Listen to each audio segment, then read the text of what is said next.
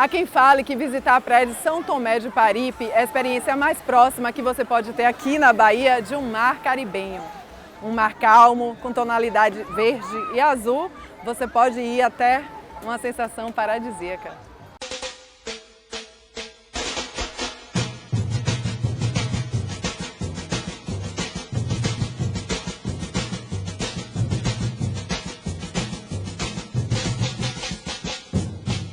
Na história do Brasil colônia, a região de São Tomé de Paripe é um referencial muito importante na história de colonização. A gente bateu um papo com o historiador Rafael Dantas e ele explicou direitinho isso pra gente. O que transformou Salvador num centro de distribuição de mercadorias para todo o Atlântico. Bom, e o que Paripe tem a ver com isso? Conta aí, Rafa. Paripe tem a ver com isso por conta de sua posição privilegiada, assim como o porto da cidade de Salvador na região central, e também por ter sido um local de escolha na época do século XVI e XVII, onde tínhamos muitos engenhos, né? Então essa realidade, tanto geográfica como econômica, marcou a região tanto no século XVI, XVII como no século XVIII. E é interessante a gente frisar porque a cidade de Salvador não se restringe somente à região central, como a gente fala em outros tantos momentos. A cidade de Salvador também é esse entorno rico, que tem muita história, região de quilombo, região de ocupação indígena, que ajudou na construção da cidade, que ajudou na construção das importantes construções como a igreja de São Tomé de Paripe, entre outros templos daquele período. Então, esse outro trecho da cidade de Salvador mostra um outro panorama econômico e geográfico em contato com o Recôncavo e com a então capital do Brasil até 1763. E nesse período, muita gente fala muito sobre a Vila do Pereira, mas houveram várias revoluções em toda a Bahia, toda a costa. Esses conflitos foram característica principal ao longo de todo o século XVI e início do século XVII. Porque é interessante a gente frisar que a ocupação portuguesa aqui em terras americanas, em especial aquilo que vai se tornar o Brasil, não é algo harmônico, pacífico, né, bonitinho, como algumas pessoas falam. Pelo contrário, muito conflito foi travado nessas terras, né, que hoje já estão ocupadas por um outro contexto político e social. Mas na época os tupinambás que viviam resistiram a essa ocupação. Ou seja, tivemos confronto. A imposição da cultura europeia, da cultura portuguesa ou até mesmo do viés católico é uma forma também de agressão nesse momento do século XVI. Claro que isso vai sendo aperfeiçoado, assimilado de uma forma ou de outra nesse momento, mas o conflito existiu, marcou presença ao longo de todo esse período. E tem várias lendas e curiosidades em relação aos tupinambás, por exemplo. Tinha fazeres de mulheres que eram atribuídas, né, depois que os homens chegavam da caça, e tinham aquelas lendas bem pitorescas da região, que era a antropofagia. Exatamente. Essas questões são curiosas para a gente destacar, porque todo local está cercado de mitos, lendas, mitos de fundações, entre outras interpretações. Então o que a gente vai ter é o olhar do europeu, é o olhar do branco, do povo branco, sobre essa cultura rica e diversa indígena. Então a gente vai ter interpretações, assimilações, sincretismos, diversas interpretações sobre essa realidade. No fundo, um lugar rico para muita história. Inclusive, falando de história, é uma área que você gosta muito, que é a parte da fotografia da história naquele século. Muitos descreviam aqui como uma área meramente calma para veraneio, banhistas, o que se vendia muito essa área aqui de Paripe. Claro, principalmente no final do século XIX e nas primeiras décadas do século XX. E por que é interessante a gente falar isso? A iconografia já ressalta essa região, principalmente no sentido cartográfico de mapas no século XVII e XVIII, e iconográfico mais no século XX. Mas essa região de veraneio, até hoje esse destaque maravilhoso, com belas praias, lindíssima. Região com mata, isso é muito interessante, é um cartão postal desse local, né? Em especial século XVIII e século XIX.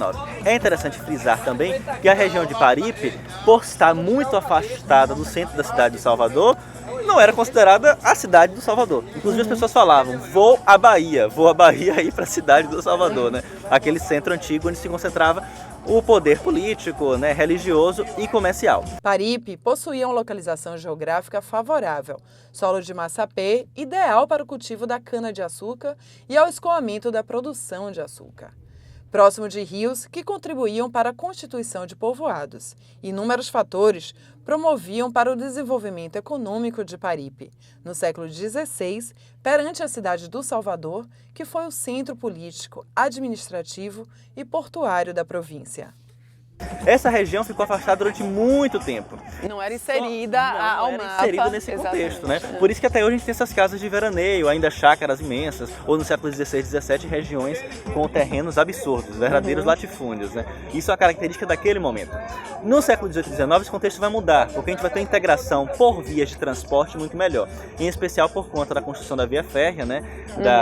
Aqui no subúrbio ferroviário, e depois das estradas ao longo do século XX. Com o processo de industrialização, construção de ferrovias e descoberta de petróleo, Paripe e outros bairros do subúrbio ferroviário passam por mudanças, que resultou no processo de povoamento e aglomerações, diretamente relacionadas com as atividades da Petrobras na década de 50.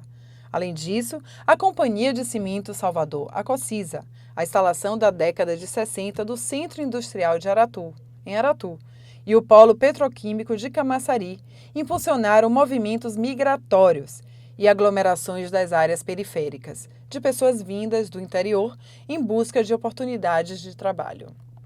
E é legal a gente frisar isso, porque essa forma de inserir esses arredores do centro da cidade é algo relativamente recente.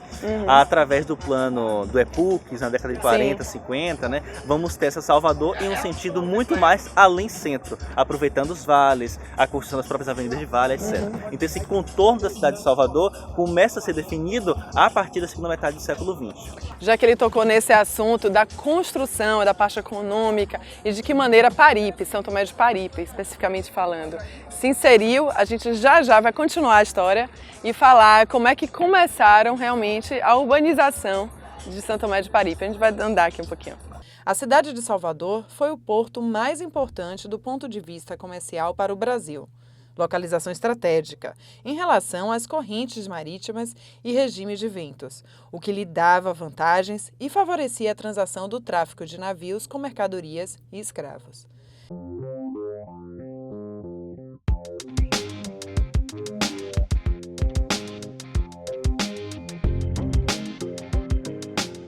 E os casarões, Rafa? Foi no início do processo já de colonização? Como é que não? Claro que não. Olha só.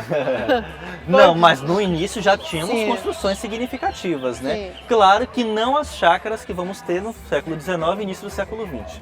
Esse já é um processo bem mais recente do ponto de vista histórico.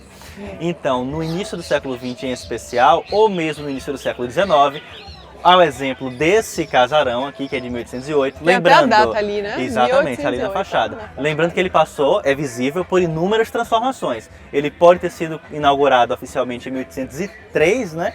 Mas passou por várias reformas, a varanda, etc. Então ele não tem mais as mesmas características arquitetônicas do período de sua inauguração.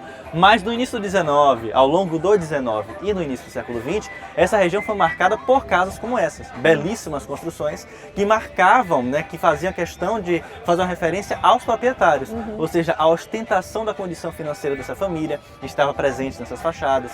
Percebam que já são residências recuadas em relação à rua, né? Ou seja, já possuem já uma influência urbana desse período, final do 19 e início do século 20, e marcam em especial essa região como lugar de veraneio. Ou seja, você sai desse centro tumultuado da cidade de Salvador, você sai de outras regiões da cidade para vir passar um final de semana, para vir passar um tempo com uma bela vista em relação à praia do Aí a gente pode frisar que a maioria dos proprietários eram descendentes direto de portugueses ou proprietários de engenho. Isso, em um período anterior, no século XVI e XVII em especial, tínhamos sim representantes dessa elite açucareira, né? Proprietários de engenho, grandes fazendeiros, proprietários de extensas regiões de terra aqui na região, né? Verdadeiros latifúndios no século XVI e XVII, mas já no XVIII e XIX esse contexto muda, ou seja, são comerciantes, são pequenos empresários, pequenos comerciantes, pessoas que podiam construir essas casas aqui, lembrando que é interessante também o registro de quilombos no entorno. Ou seja, se no século XVI e XVII essa presença indígena era ainda forte, no século XVIII e XIX, em especial no século XIX, há a presença dos quilombos, principalmente no entorno. Então temos um misto de diversas classes, diversas pessoas que habitavam essa região de Paripe. E falando em quilombo, já a gente vai num local quilombola que existe até hoje, viu? A primeira tentativa de ocupação das terras de Paripe ocorreu quando Francisco Pereira Coutinho, depois de se estabelecer e fundar sua vila, começou a colocar em prática suas obrigações para com a capitania da Bahia. Em 1542, através das Seis Marias, doou as terras de Paripe ao nobre castelhano, rico e poderoso Afonso Torres. E, finalmente, o que significa Paripe, Rafa? Segundo algumas terminologias, algumas interpretações da linguagem da época, para o que a gente entende como Paripe hoje, significa cerco de peixe, cercado de peixe. Né? Isso é bem interessante porque a gente faz um contexto com a geografia do local, com a relação com o mar. E isso não é só exclusivo de Paripe, nem de outras regiões por aqui próximo. A cidade de Salvador é uma cidade atlântica. Então esse contato com o mar está presente em todas essas regiões. Inclusive não só em Paripe, como em outros bairros também. Né? Ribeira faz relação com o mar também, Rio Vermelho e por aí vai. Né? Que afinal o rio vai desembocar lá no mar. Então Paripe tem essa terminologia. E esse contato com os índios está presente desde o momento da fundação da cidade do Salvador. Então em 1549, quando temos a instituição da cidade, esta que vai ser fundada, anteriormente não podemos esquecer que essa região já era habitada, tanto pelos indígenas tupinambás, como os portugueses ou outros povos europeus que aqui vieram. E isso é bem interessante para a gente destacar, porque a participação indígena portuguesa, francesa, europeia, estava aqui nessa região de Paripe, nos arredores daquilo que vai se tornar como Salvador. Por isso que algumas pessoas apontam que essa região representa um núcleo de habitação, né, habitacional, anterior à fundação da cidade. Inclusive com essa participação, com essa presença desse contato com o homem branco, com o homem indígena. Lembrando, sempre com conflito. Esse conflito vai continuar nas décadas seguintes, adentrando o século XVII, com o caso de incêndios de engenho, etc., de outros lugares nas redondezas. Isso é um ponto bem interessante, porque a partir do momento em que o homem branco chega naquilo que vai se tornar Salvador, esse confronto já é evidente. E essa imposição cultural vai se tornar cada vez mais forte com a representação do governo geral, no caso Tomé de Souza, passando pelos outros governadores seguintes. E falando de terra, né? Quando a gente fala de doações de terra, muita gente não faz ideia, é que eles contavam muito em léguas. Em torno aqui de Paripe foi doado a Afonso, não é isso mesmo? Afonso Torres, foi doado a Afonso Torres mais de uma légua, que dá mais de 4 mil, 4 mil quilômetros, se eu não me engano, são 2,5 léguas, seriam quase 2 mil quilômetros. São verdadeiros latifúndios. São latifúndios, né? Daqui até o outro lado da Bahia. E para falar um pouco da construção de Paripe, Afonso Torres tem a ver com isso aqui, né? O loteamento. É um dos representantes, né, na verdade, nesse período, tanto anterior como posterior à fundação da cidade de Salvador, contextualizando com essa dinâmica de cidade ainda não fundada e essa região já habitada, além Vila do Pereira, ou seja, estamos falando de uma região além centro da cidade de Salvador, nessas redondezas. E por que isso é importante? Porque a partir do momento que o governo português autoriza, né, que essas pessoas começam a ter a participação de ter terras aqui nessa região, elas estão marcando a territorialidade, estão marcando posse no local, ou seja, aqui não é um local somente dos indígenas, aqui é um local também do homem branco. E isso representa uma violência simbólica muito interessante. Não é à toa que os conflitos existiram e continuaram existindo. Né? Isso é um ponto para a gente destacar, porque a partir do momento que você vem com essa sua cultura europeia para cá, você também traz a sua fé em conflito com a fé indígena. Falando dessa fé indígena, um grande exemplo é essa igreja aqui. As freguesias eram formas de organização territorial de cunho administrativo e eclesiástico. Os habitantes dessas localidades eram chamados de fregueses e eram extremamente ligados à igreja matriz, que dava o nome à freguesia. O território da cidade de Salvador era dividido por 10 freguesias urbanas e 9 suburbanas. Olha, aqui em Santo Tomé de Paripe foi onde os índios tupinambás disseram que tinha visto sumé. Claro que os portugueses não eram bobos nem nada e trouxeram de lá uma imagem de Santo Tomé de Paripe, que é essa igreja aqui, Rafa? Exatamente. Essa é uma das construções mais interessantes para a gente destacar nesse eixo da cidade, além do Centro Antigo, famoso pelas igrejas do século XVIII, que é essa igreja originalmente do século XVI, né? Mas a gente não pode interpretar, na época, essa construção. Tinha um outro formato, tinha outra estrutura, outra arquitetura.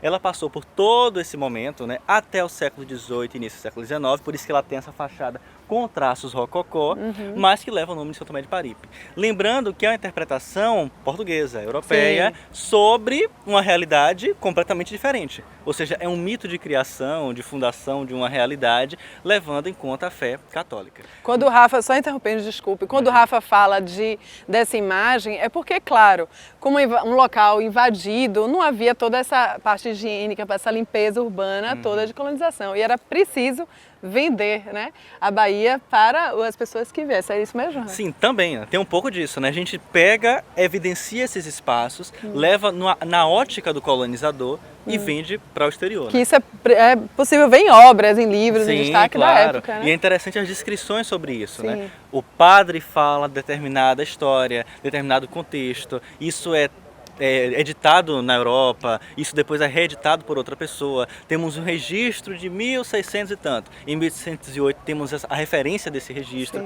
mas tudo isso fazendo o link com de acordo com o olhar, exatamente, né? com o olhar do branco, do católico, né, sobre essa realidade. Então, só para as pessoas não ficarem perdidas, né, temos uma interpretação sobre uma realidade do século XVI e do século XVII, levando em consideração a realidade da história do São Tomé para a construção da igreja do São Tomé. Aqui em Aí a gente frisa bastante a imposição, da Igreja Católica, principalmente aqui, na primeira capital do país. Do Brasil. Até 1763. Então pronto. A gente vai encerrando aqui o primeiro bloco. A gente vai nessa imagem linda da Igreja de São Tomé de Paripe. E agradecendo mais uma vez a Rafa estando aqui conosco. Eu que agradeço. É sempre Quer maravilhoso acrescentar estar alguma com coisa? vocês. Não só para valorizar ainda mais essa região, temos um dos lugares mais bonitos da cidade de Salvador, né? É uma potência também turística, né? Deveria ser ainda mais potencializado e com patrimônio histórico significativo, a exemplo dessa igreja, de ruínas que existem, né? E de um patrimônio do século XX, a exemplo das chácaras que a gente passou aqui embaixo, que também representa um pouco da história da nossa cidade. Então é interessante que as pessoas conheçam esse outro lado de Salvador, que também é essa Salvador bonita que todo mundo gosta. O nosso Caribe. Obrigada. E vamos caminhar bem por aí, viu? Bem por aí. Sabe aquele pôr do sol que nunca falha? Se você estiver passando por aqui em São Tomé de Paripe, vem até aqui o alto, na igrejinha. Tenho certeza que você vai olhar para frente e vai ficar arrepiado.